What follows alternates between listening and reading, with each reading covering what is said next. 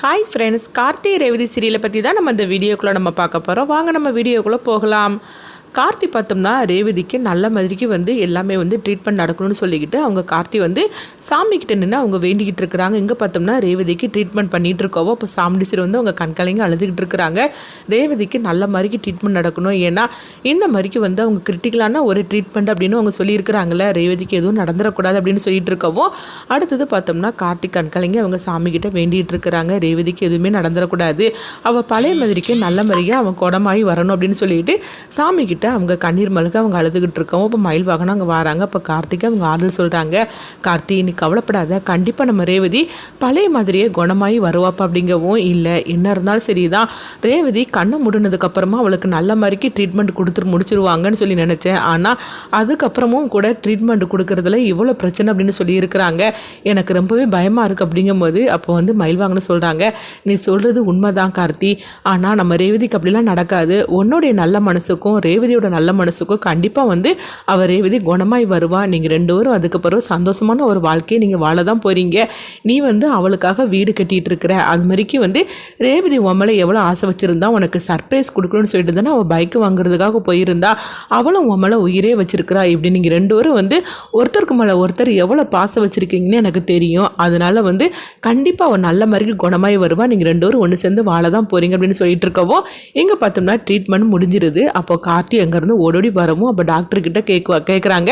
அப்போ சாம்பிடிச்சிரி ராஜராஜன் எல்லாருமே என்னாச்சு நல்ல மாதிரிக்கு முடிஞ்சிச்சான்னு சொல்லி கேட்கும்போது, எங்களால் முடிஞ்சது, நாங்கள் நல்லபடியாக நாங்கள் ட்ரீட்மெண்ட் முடிச்சிருக்கிறோம், ஆனால் அவங்க கண் முடிச்சதுக்கு பிறகு தான் அவங்க என்ன மாதிரிக்கு இருக்கிறாங்கன்னு தெரியும் அப்படின்னு சொல்லவும், இது கேட்டதுமே சாம்பிடிச்சிரி இன்னும் அழ ஆரம்பிச்சிருந்தாங்க. ஐயோ, என் பொண்ணுக்கு அந்த மாதிரிக்கு ஒரு நிலைமை அப்படின்னு சொல்லிட்டு அவங்க அழுதுகிட்டு இருக்கவோ அப்போ ராஜராஜன் அவங்களுக்கு ஆறுதல் செய்யிட்டு இருக்கிறாங்க. அதே மாதிரிக்கு கார்த்தி அதே மாதிரிக்கு நினச்சி அவங்க கண் கலங்கிட்டு இருக்கிறாங்க. இதை பார்த்துட்டு இருக்கிற சந்திரகலா வழக்கம் போல சந்தோஷப்பட ஆரம்பிச்சிருந்தாங்க. அந்த ரேவதியோட கதை முடிஞ்சிரும்னு சொல்லி நினச்சோம்னா அடுத்தடுத்து இந்த மாதிரிக்கு அவங்க சொல்லிட்டு போகிறாங்களே, ஆனால் பழைய மாதிரி இந்த ரேவதி வரக்கூடாது. அது மட்டும் இல்லாமல் இந்த ரேவதி இதோட போய் தொலைஞ்சிட்டா கூட சந்தோஷமாக இருக்கும், அப்போனா நம்ம நிம்மதியாக இருக்கலாம். ரேவதி போய் தொலைஞ்சிட்டான்னா இந்த டிரைவர் பையனும் இந்த வீட்டோடய போயிடுவான், அதுக்கப்புறம் அவ்வளோதான், நம்ம நினச்சது எல்லாமே நடந்துடும் அப்படின்னு சொல்லிட்டு இருக்கவும் அடுத்தது பார்த்தோம்னா கார்த்தி டாக்டர்கிட்ட கேட்குறாங்க, நான் ரேவதியை பார்க்கணும் அப்படின்னு சொல்லும் போது, நீங்கள் போய் பாருங்கள், டிஸ்டர்ப் பண்ணாமல் பாருங்கள் அப்படின்னு சொல்லவும் அப்போ கார்த்தி அவங்க ரேவதியை பார்க்குறதுக்காக போகிறாங்க. அப்போ ரேவதிக்கு அந்த ட்ரீட்மெண்ட்லாம் கொடுத்து தலையெல்லாம் கெட்டு போட்டு வச்சிருக்கிறத பார்த்துட்டு அவங்க தூங்கின மாதிரிக்கு இருக்கவும் அப்போ கார்த்தி ரேவதியை பார்த்துட்டு அப்படியே அவங்க சோகத்தோடு இருந்துட்டு இருக்கிறாங்க. அப்போ ரேவதி அதை அவங்க கூட எவ்வளோ சந்தோஷமாக இருக்கணும்னு ஒவ்வொரு தடவையும் அவங்க சொல்கிறதெல்லாம் கார்த்தி கேட்டு அவங்க கண்கலைங்க அழுதுகிட்டு இருக்கிறாங்க. என் கூட சந்தோஷமான ஒரு வாழ்க்கையை வாழணும்னு சொல்லி ரேவதி எப்படிலாம் ஆசைப்பட்டா, ஆனால் நான் ரெண்டு குடும்பம் ஒன்று சேர்ந்ததுக்கு அப்புறமா தான் நம்ம வாழ்க்கையை தொடங்கணும்னு சொல்லிக்கிட்டு நானும் ரேவதி மேலே இந்த மாதிரிக்கு அவன் மேலே வச்சிருந்த பாசத்தை நான் வெளிக்காட்டாமல் இருந்துட்டேன். ஆனால் ரேவதி தயவு செய்து என்னை விட்டுட்டு போயிடாதம்மா அப்படின்னு சொல்லிக்கிட்டு கார்த்தி ரேவதியை பார்த்து அவங்க நினச்சிட்டு இருக்கவும் அடுத்து இங்கே பார்த்தோம்னா சாம்பிடிச்சிரி அவங்க சொல்கிறாங்க, என் பொண்ணு பழைய மாதிரி நல்ல மாதிரியே குணமாகி வந்துடும் அப்படிங்கவோ அப்போ ராஜராஜன் ரோகிணி சொல்லிட்டு இருக்கிறாங்க, அம்மா நீங்கள் கவலைப்படாதீங்க, நம்ம ரேவதி பழைய மாதிரியே வந்துடும் அம்மா அப்படின்னு சொல்லிட்டு இருக்கவோ அடுத்ததாக பார்த்தோம்னா அவங்க கண்ணை திறக்கவே இல்லை. அப்போ கார்த்தி அவங்க திரும்பவும் கேட்குறாங்க, என்னங்க இத்தனை மணி நேரத்தில் கண்ணை திறந்துருவாங்கன்னு சொன்னீங்களா, ஆனால் அவள் கண் முழிக்கவே இல்லையே, எங்களுக்கு பயமாக இருக்குது அப்படிங்கும்போது, ஆமாங்க நீங்கள் சொல்கிறது கரெக்டு தான், எங்களுக்கு கூட கொஞ்சம் பயமாக தான் இருக்குது, சரி நீங்கள் போய் கூப்பிட்டு பாருங்களா ரேவதி அப்படின்னு சொல்லவும் அப்போ சாமுண்டீஸ்வரி என் பொண்ணை போய் நான் கூப்பிட போகிறேன் அப்படிங்கவும் இப்போ டாக்டர் சொல்கிறாங்க, இல்லை அவங்க கணவரே போய் கூப்பிடட்டும், ஏன்னா அவங்க கண்ணை முழிச்சிருக்கும் போது நீங்கள் எவ்வளோ பேசி பார்த்தீங்க, உங்கள் வீட்டிலேருந்து அவ்வளோருமே பேசுனீங்க, ஆனால் யார் பேச்சையும் அவங்க மைண்டு ஏற்றுக்கிடலை, அவங்க கண்ணை முழிச்சிட்டு தானே இருந்தாங்க, ஆனால் அவங்க கணவர் பேசுனதுமே அவங்க கண்ணை மூடிக்கிட்டாங்க, அதனால் அவங்க கணவர் பேசுனா கண்டிப்பாக ரேவதிக்கு அவங்க கண் முழிக்கிறதுக்கு நிறைய வாய்ப்பு இருக்குது அப்படின்னு சொல்லவும் இப்படி சொன்னதுமே சந்திரகலா சாமுண்டீஸ்வரி கிட்ட சொல்கிறாங்க, பாத்தியாக்கா என்ன மாதிரி அவங்க சொல்லிட்டு இருக்காங்க அப்படின்னு, எங்கள் பாரு சந்திரா இனி இப்போ எதுவுமே பேசாத, எனக்கு என் பொண்ணு நல்ல மாதிரிக்கு வரணும், அதனால அவரே போய் பேசட்டும் அப்படின்னு சொல்லவும் அடுத்தது கார்த்தி ரேவதின்னு சொல்லி கூப்பிடவும் அப்போ கொஞ்ச நேரத்தில் பார்த்தோம்னா ரேவதி கண் முழிக்கிறாங்க. ரேவதி கண் முழிச்சதுமே எல்லாருமே ஓடோடி போகிறாங்க. போனதுமே ரேவதி எப்படிமா இருக்கிற அப்படின்னு சாமுண்டீஸ்வரி கேட்கவும் அப்போ ரேவதி அப்படியே திருன்னு முழிச்சிட்டு இருக்கிறாங்க. யாருக்கிட்டையுமே வரைக்குமே எதுவுமே பேசாமல் இருக்கவும் உடனே கார்த்தி வந்து என்னம்மா ரேவதி உனக்கு எப்படி இருக்குது, உனக்கு ஒன்றும் பிரச்சனை இல்லாமல் சின்னதாக ஒரு ட்ரீட்மெண்ட் பண்ணியிருக்கிறாங்க, மற்றபடி உனக்கு ஒன்றும் பிரச்சனை இல்லாமல் அப்படின்னு சொல்லிட்டு இருக்கவும் அப்போ வந்து ராஜராஜன் அவங்க ரோஹிணி எல்லாருமே பேசுகிறாங்க. ஆனால் யாருக்கிட்டையுமே வந்து ரேவதி எதுவுமே பேசாமல் இருக்கவும் ஆனால் கார்த்தி வந்து அப்படியே வந்து அவங்க பேசிகிட்டு இருக்கும்போது கார்த்தியோட கையை மட்டும் அவங்க பிடிக்கிறாங்க. அப்போ உடனே கார்த்தி வந்து பார்க்குறவும் உடனே வந்து ரேவதி வந்து கார்த்தியோட கையை பிடிச்சாங்களே தவிர ஆனால் எதுவுமே அவங்க பேசாமல் அவங்க கண்ணிலேருந்து கண்ணீர் மட்டும் அப்படி வந்துட்டு இருக்கவும் அப்போ கார்த்தி வந்து அவங்க கண்ணை வந்து தொடச்சி விடுதாங்க. அப்போ வந்து டாக்டர் வந்து சொல்கிறாங்க அவங்களுக்கு மைண்ட் இல்லை, அவங்க கணவரை மட்டும்தான் அவங்க நினச்சிட்டு இருக்காங்களே தவிர மற்றபடி உங்களெல்லாம் வந்து அவங்க நினைக்காத மாதிரி தான் இருக்குது. ஆனாலும் வந்து அவங்களுக்கு இப்போ என்ன நடக்குதுன்னே தெரியல, எங்களுக்கு கொஞ்சம் டைம் கொடுங்க அப்படின்னு சொல்லவும் இதுக்கிட்டதுமே சாம்பிடிச்சிட்டு பயப்பட ஆரம்பிச்சிருந்தாங்க. ஐயோ என்னங்க சொல்லிட்டு இருக்கிறீங்க, நீங்கள் சொல்கிறத பார்க்கும்போது ரொம்ப பயமாக இருக்குது, ட்ரீட்மெண்ட் கொடுத்ததுக்கப்புறம் என்ன நடக்குதுன்னே தெரியல அப்படிங்கும்போது நான் தான் ஏற்கனவே சொன்னோம்ல இது ஒரு கிரிட்டிக்கலான ட்ரீட்மெண்ட்டு, அதனால வந்து ரேவதி பேசுகிறது வரைக்கும் அவங்க என்ன மாதிரி ஒரு நிலைமையில் இருக்காங்கன்னு எங்களுக்கு தெரியாது, அதனால அவங்க இந்த அளவுக்கு உயிர் பழிச்சதே பெரிய விஷயமாக்கும், அதனால நீங்கள் கொஞ்சம் அமைதியாக தான் இருந்தாகணும் அப்படிங்கவும் அப்போ சாம்பிடிச்சிட்டு வந்து என் பொண்ணு இப்போ வந்து உயிர் பழிச்சால எனக்கு அதுவே போகிறோம் அப்படின்னு சொல்லிட்டு இருக்கிறாங்க.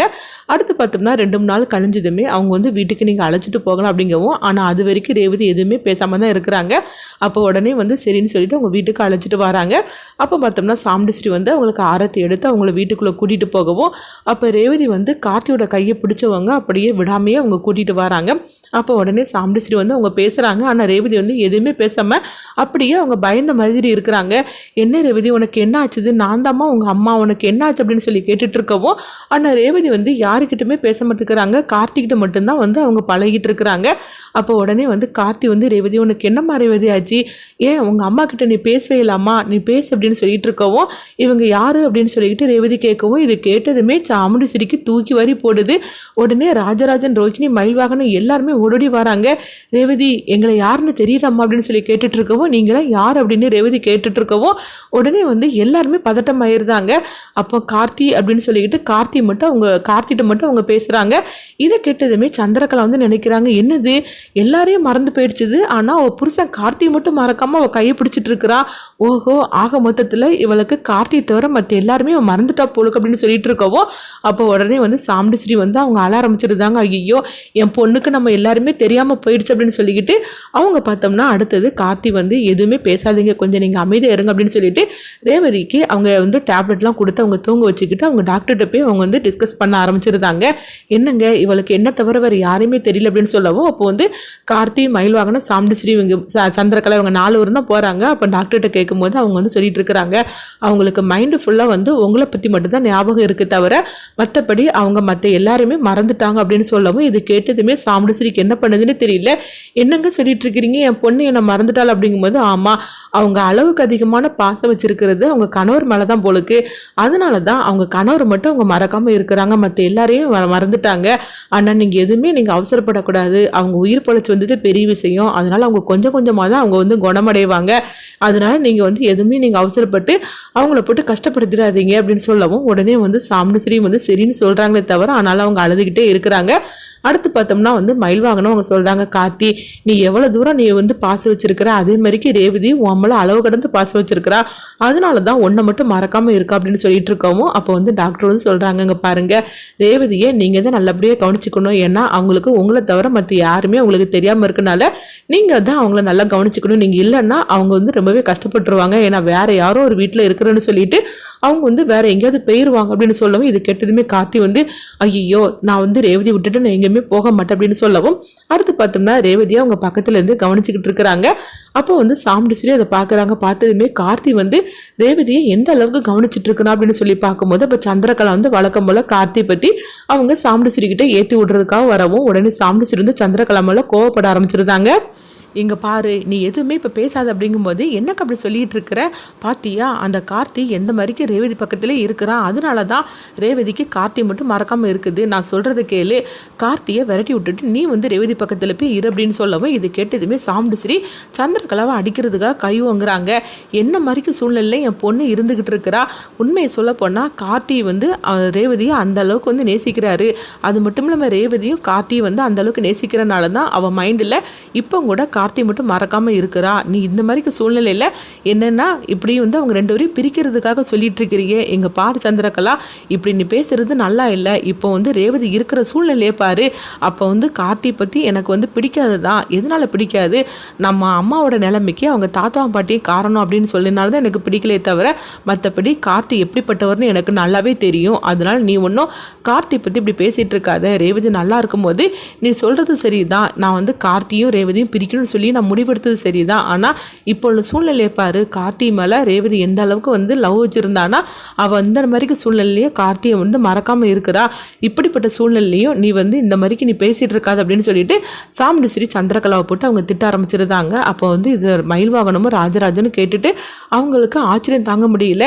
அதாவது ஒரு கெட்டதுலேயே நல்லது நடந்த மாதிரிக்கு சாமுண்டீஸ்வரிக்கு கார்த்தி மேலே எந்த அளவுக்கு ஒரு நல்ல அபிப்பிராயம் வந்திருக்குது அப்படின்னு சொல்லிட்டு அவங்க நினைக்கிறாங்க. அடுத்ததாக பார்த்தோம்னா வந்து அவங்க மயில் வாகனம் வந்து சொல்லிட்டு இருக்கிறாங்க, ஆமாம் அதாவது ரேவதிக்கு இந்த மாதிரிக்கு நடந்து போச்சுன்னு நினைக்கும் போது கவலையாக இருக்குது. ஆனால் அத்தையோட மனசு இதனால மாறி இருக்கிறது நினைக்கும் போது சந்தோஷமாக இருக்குது. உண்மையை சொல்ல போனால் கார்த்தியை அத்தை ஏற்றுக்கிட்ட மாதிரி தான் இருக்குது. ஏன்னா சின்னத்தை இந்த அளவுக்கு ஏற்றி விட்டவும் அத்தை வந்து அது கேட்காம அவங்கள போட்டு திட்டத்தை பார்க்கும்போது கார்த்தி மேலே அவங்களுக்கு ஒரு நல்ல அபிப்பிராயம் வந்துருச்சுன்னு தான் நினைக்கிறேன் அப்படின்னு சொல்லிட்டு இருக்கிறாங்க. இதனால பார்த்தோம்னா சாமுண்டீஸ்வரி கார்த்தியும் அவங்க ரேவதியும் வந்து ஒன்று சேர்த்து வச்சிருவாங்களா. அது மட்டும் இல்லாமல் ரேவதிக்கு பழசெல்லாம் ஞாபகத்தில் வந்துருமா. அதுக்கப்புறம் பார்த்தோம்னா அவங்க 2 பேரையும் வந்து அவங்க அதாவது கார்த்தி நீ வந்து இந்த வீட்டில் தான் இருக்கணும்னு சொல்லிக்கிட்டு அவங்கள மருமகளாக அவங்க ஏற்றுப்பாங்களா. அடுத்தது சாமுண்டீஸ்வரியோட நிலைமை என்ன மாதிரிக்கு இருக்கும், அதே மாதிரிக்கு ரேவதி வந்து எப்படி வந்து பழசெல்லாம் ஞாபகத்தில் அவங்களுக்கு வரப்போகுது. அடுத்தது என்னெல்லாம் நடக்க போகுதுங்கிறத வெயிட் பண்ணி பார்க்கலாம்.